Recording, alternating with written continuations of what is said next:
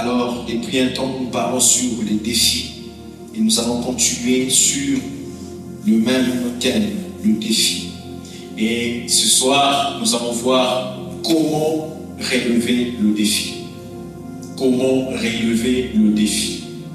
Plusieurs personnes nous ont parlé de défis, des problèmes, des situations qui arrivent dans nos vies. Mais il est important de comprendre et de connaître comment relever ce défi.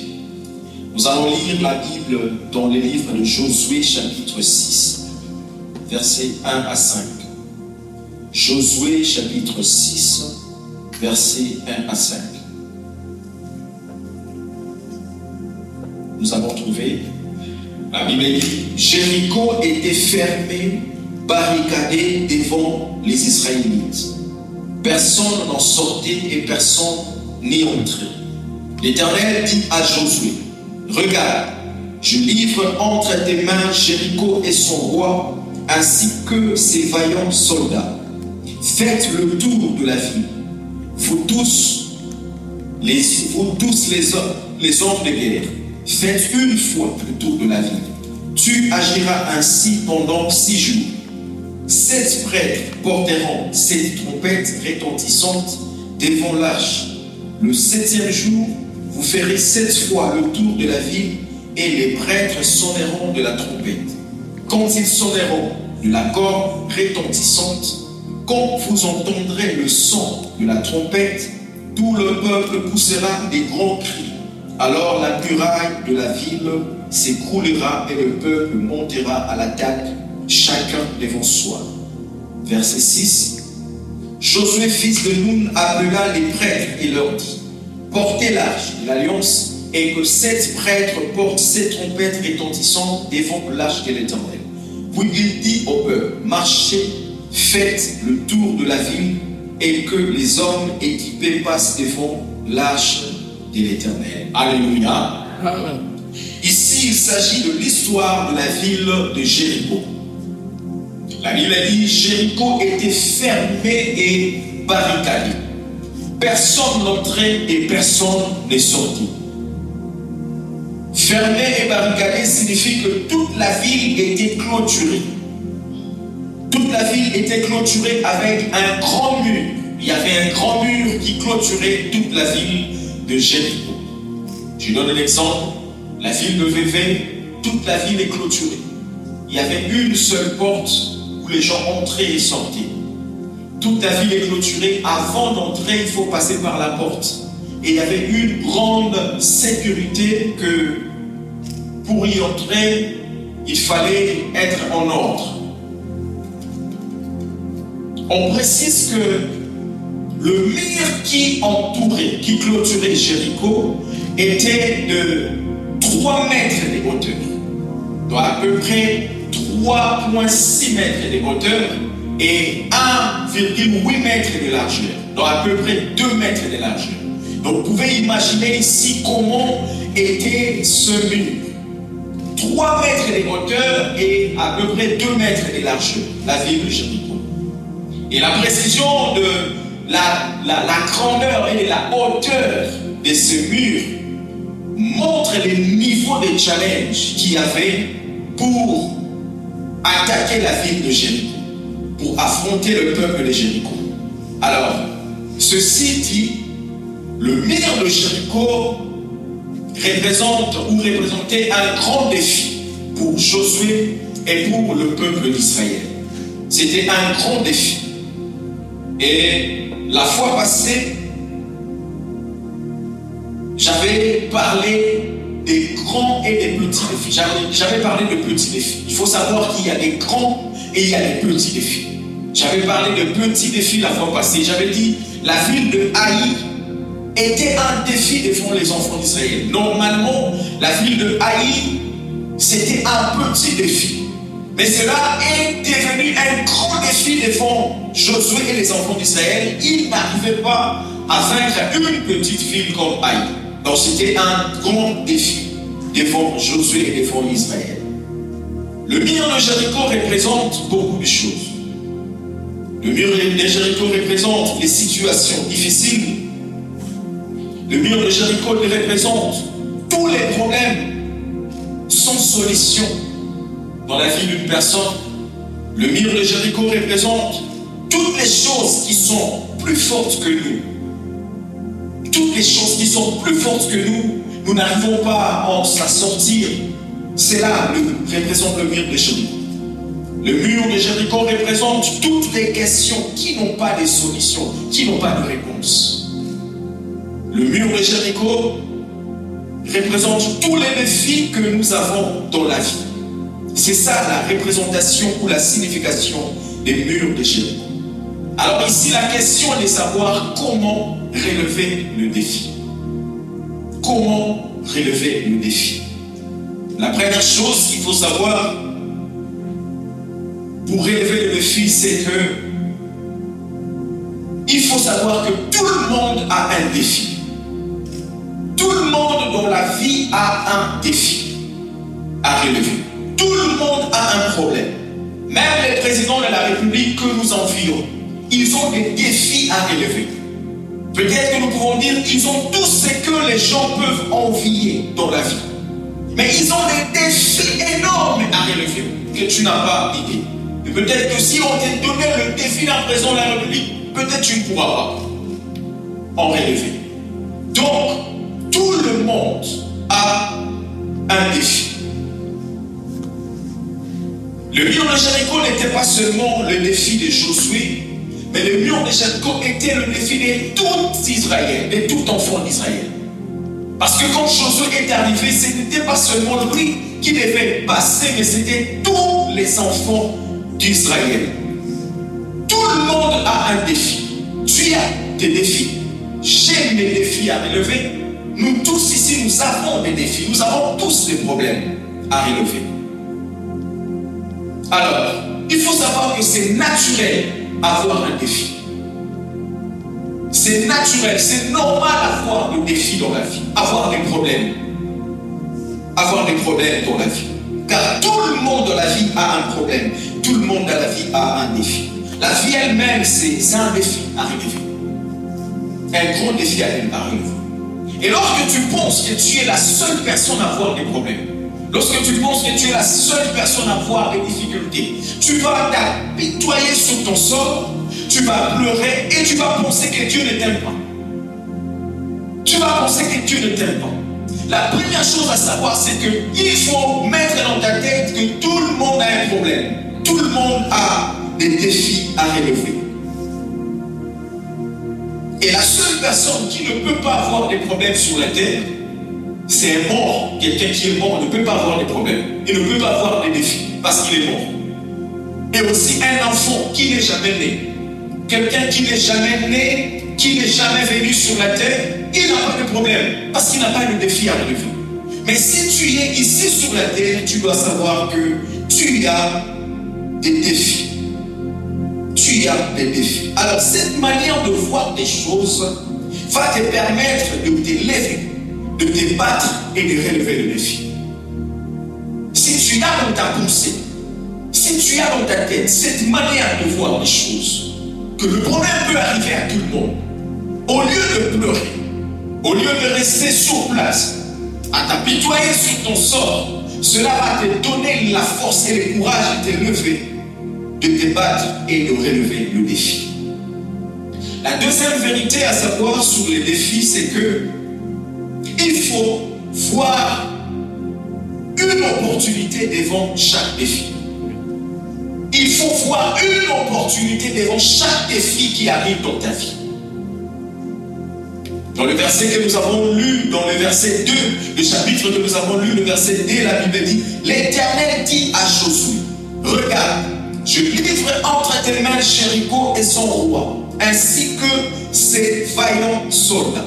Donc là où les gens considéraient que Jéricho était un défi, était barricadé et fermé. Quand on dit barricadé et fermé, c'est une situation difficile, une situation compliquée qu'on ne sait même pas comment s'en sortir. On dit donc à Jéricho, personne n'entrait et personne n'est sorti. Donc c'est une situation dans laquelle quand tu es là, tu ne sais comment sortir, comment entrer. C'est compliqué. Mais là où tout le monde voyait que Jéricho était un grand défi, peut-être peut-être une situation impossible à franchir, Dieu voyait une opportunité pour Josué. C'est pourquoi il va dire à Josué, regarde, je livre entre tes mains Jéricho et son roi, ainsi que ses vaillants héros. Dieu livre entre les mains de Josué. Il dit, je livre entre tes mains Jéricho et ses vaillants héros.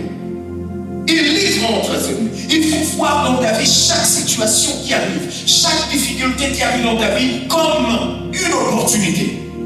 Vois cela comme un tremplin, quelque chose que Dieu va utiliser pour éclater sa gloire. Amen. Quelque chose que Dieu va utiliser pour te faire monter à un autre niveau.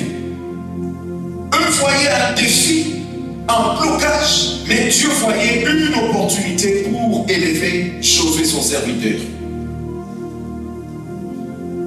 La Bible dit David devant Goliath. David est arrivé dans le champ où Israël et les enfants et les Philistins étaient en guerre.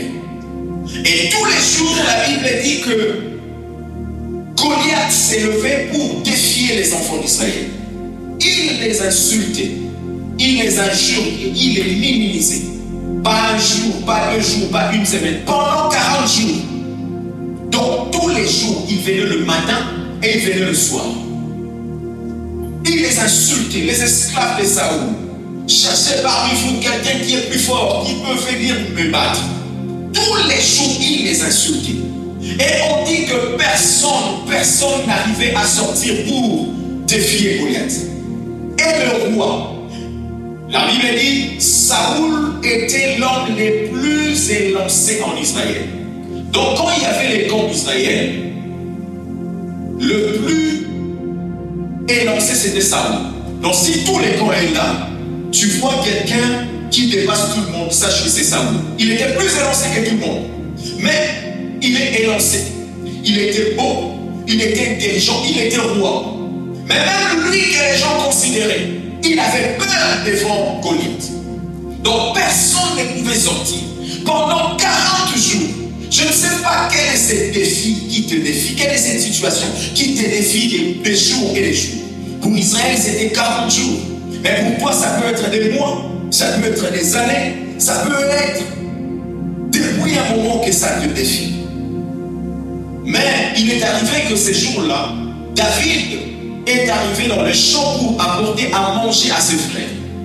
Et au moment où David arrive, c'est le moment où Goliath s'est levé pour faire son travail de tous les jours, insulter le peuple de Dieu, humilier le peuple de Dieu.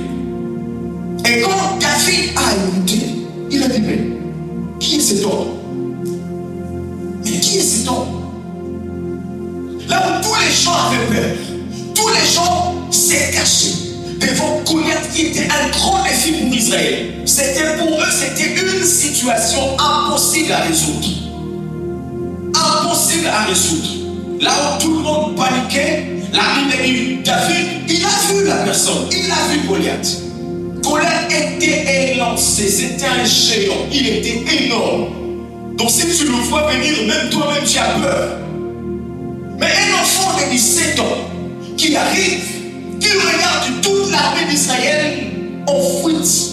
Toute l'armée d'Israël panique depuis le roi jusqu'à la dernière personne. Mais lui, au lieu d'avoir peur, il pose la question, mais qui est cet circoncis philistin qui ose insulter l'armée de Dieu Tout-Puissant? Là où les gens voyaient que c'était un obstacle, David pose la question, que fera-t-on à celui qui va tuer cet homme? Que fera-t-on à celui qui va tuer cet homme? Eux voyaient que c'était un obstacle, mais David voyait une opportunité. On répond à David que c'est lui qui va tuer cet homme, le roi va lui donner sa fille en mariage.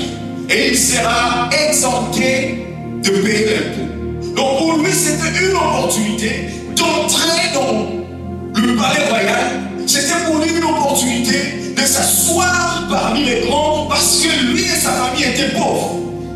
Lui et sa famille étaient pauvres. La Bible dit, David dit aux hommes qui se trouvaient près de lui, que fera-t-on à celui qui tuera ce Philistin et qui ôtera l'opprobre de dessus d'Israël? Qui est donc ce Philistin s'était circoncis pour insulter l'armée du Dieu Tout-Puissant. Le problème ici, c'est l'attitude que tu as devant un problème. Tout le monde a un problème. Mais le problème, c'est quelle est l'attitude que tu as devant un défi. Tout Israël avait l'attitude de la peur, d'aller se cacher, de fuir devant le problème et de commencer à se lamenter. Ah, on va mourir. Vraiment, cet homme va nous tuer. Vraiment, cet homme. Mais une seule personne avec une attitude différente. Et c'est ce qui a fait la différence de toutes choses. Quelle est l'attitude que tu as devant un problème? Quelle est l'attitude que tu as devant un défi? Quelle est ton attitude? Dans la vie, il peut y avoir des problèmes, mais il ne faut pas être plaintif. Il ne faut pas pleurer. Vois que le problème que tu as, c'est une opportunité devant toi que Dieu a placée pour t'amener à une autre dimension, à un autre niveau. Alléluia. Je ne sais pas le problème que tu as, mais je veux que tu changes, que tu commences à changer ta manière de voir les choses. Que tu commences à changer ta manière de voir la situation. Que tu commences à changer ta manière de faire les choses. C'est ce qui fera la différence.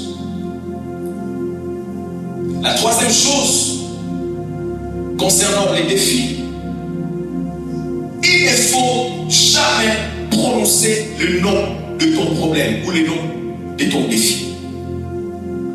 N'aie pas prononcé le nom de ton défi. Dans Josué, nous avons lu, dans le verset 10, la Bible dit, Josué avait donné cet ordre au peuple. Vous ne crierez pas, vous ne ferez pas entendre votre voix, et il ne sortira pas un mot de votre bouche, jusqu'au jour où je vous dirai poussez des cris. Donc, devant le mur de Jéricho, quand Josué a reçu l'instruction auprès du Seigneur, il a dit, vous allez contourner la ville pendant 7 jours. Il a fini de donner l'instruction aux enfants d'Israël. Ça, c'était ce que Dieu avait dit. Mais lui-même, en tant qu'averti, il va donner l'ordre aux enfants d'Israël. Il a dit, personne ne parlera. Imaginez-vous pendant 7 jours. Il a dit que personne ne parle. La ville de Jéricho, je ne sais pas, c'était énorme, c'était grand, je ne sais pas la superficie. Donc, supposons qu'on vous dit de contourner toute la ville de Vévé tous les jours, mais que personne ne parle. Il donne l'ordre, personne n'ouvrira sa bouche pour parler. Vous ne ferez pas entendre votre voix, et il ne sortira pas un mot de votre bouche, jusqu'au jour où je vous dirai pousser les cris. Dans le premier jour, ils ont contourné la ville de Jéricho, bouche fermée, personne ne parle. Ils sont partis se reposer. Le deuxième jour, ils ont fait la même chose. Contourner toute la ville, bouche fermée, personne ne parle. Ils ont fait ça pendant 6 jours. Et le 7e jour, ils ont contourné la ville pas une fois, ils ont contourné la ville 7 fois. 7 fois, mais bouche fermée. Et la Bible dit la 7e fois, quand ils ont commencé à contourner, Josué a donné l'ordre. Sacrificateurs seraient les trompettes, peuple de Dieu crier. Quand ils ont crié, le mur est tombé. Frère, devant ta situation, il faut être bouche bée, il faut fermer la bouche. Amen. Pourquoi Josué donne l'ordre aux enfants d'Israël de ne pas parler? Parce qu'ils savaient que quand ils vont commencer à contourner la ville, au fur et à mesure qu'ils vont commencer à voir le mur, ils vont voir la grandeur du mur, ils vont voir l'auteur du mur, ils vont commencer à murmurer. Ce mur est haut. Ce mur est grand et nous vraiment on va mourir, c'est fini. Nous on ne va pas rentrer. Ce mur qui est comme ça, on ne va pas du tout rentrer. Frère, devant ton problème, il ne faut même pas citer le nom de ton problème. Il ne faut même pas parler devant ton problème. Il ne faut pas murmurer. Parce que le murmure, c'est ce qui tue la foi. Or, la Bible dit, sans la foi, il est impossible de lui être agréable. Celui qui n'a pas la foi, il ne fera pas la main de Dieu se manifester. Parce que la chose que ces gens allaient faire, c'était quelque chose qui allait défier la nature. Vous n'avez pas d'armes, vous n'avez pas de marteau pour briser le mur, mais vous allez seulement contourner et quand vous allez crier, le mur va tomber. Ça demande une autre attitude. Les murmures tuent la foi. Quand tu parles sur ton problème, vraiment mon problème ici, mon problème des maladies ici, des tensions, le médecin avait dit, ma maladie ici, qui t'a dit que c'est ta maladie? Qui t'a dit que c'est ta maladie? Devant un défi, ne cite pas le nom de ton défi, sinon tu donnes le pouvoir à ton défi, tu donnes le pouvoir à ton problème d'avoir la main sur toi. D'avoir la main sur toi. Et même David, la Bible dit quand David a vu Goliath, est-ce que la Bible dit que David avait paniqué? David n'a même pas cité le nom de Goliath. Il a dit qui est ces Philistins incirconcis? Là où tout le monde l'appelait géant, David l'appelle incirconcis. Il le minimise. Il faut minimiser ton problème. Il ne faut même pas le citer. Mon problème de travail ici, mon problème de mariage ici, vraiment c'est un problème. Je ne sais pas, moi je suis venu laisser les gens sur la terre ou quoi? Pourquoi seulement moi? Pourquoi seulement les problèmes ici m'arrivent? Pourquoi seulement moi? Pourquoi seulement moi? Au fur et à mesure, tu cites le nom de ton problème, tu donnes le pouvoir à ton problème de peser sur toi, de dominer sur toi. Il faut les minimiser. David a dit, qui est ce Philistin incirconcis qui ose insulter l'armée de Dieu Tout-Puissant? Et Josué va interdire aux enfants d'Israël de parler. Pendant tous les mouvements que vous allez faire, fermez vos bouches, que personne ne parle. Frère, que parlais-tu? Que parlais-tu devant Dieu? Que parlais-tu devant les esprits? Parce qu'il faut savoir que ce monde est entouré par des esprits. Paul dit, c'est que je crains ce qui m'arrive. C'est que je crains ce qui m'arrive. La vie et la mort sont au pouvoir de la langue. Si tu confesses la négativité, tu vas voir la négativité. Si tu confesses que tu es pauvre, tu verras la pauvreté. Si tu confesses que c'est toi qui as tous les problèmes de la vie, tu verras les problèmes de la vie sur toi. La foi fonctionne d'une autre manière, différente de ce que les hommes pensent, différente de l'attitude des hommes. Il faut avoir une autre attitude pour marcher dans la foi et voir la main de Dieu se manifester. Devant ton défi, minimise ton défi. Ne cite même pas le nom de ton défi. Mais par contre, devant ton défi, prononce la parole de Dieu. Si tu es malade, prononce la parole de Dieu. Dis, oh, cette maladie, je sais que Jésus t'a vaincu sur la croix parce qu'il est écrit que c'est par ses meurtrissures que nous sommes guéris. Devant les situations qui ne changent pas, déclare, j'ai pris tout par celui qui me fortifie.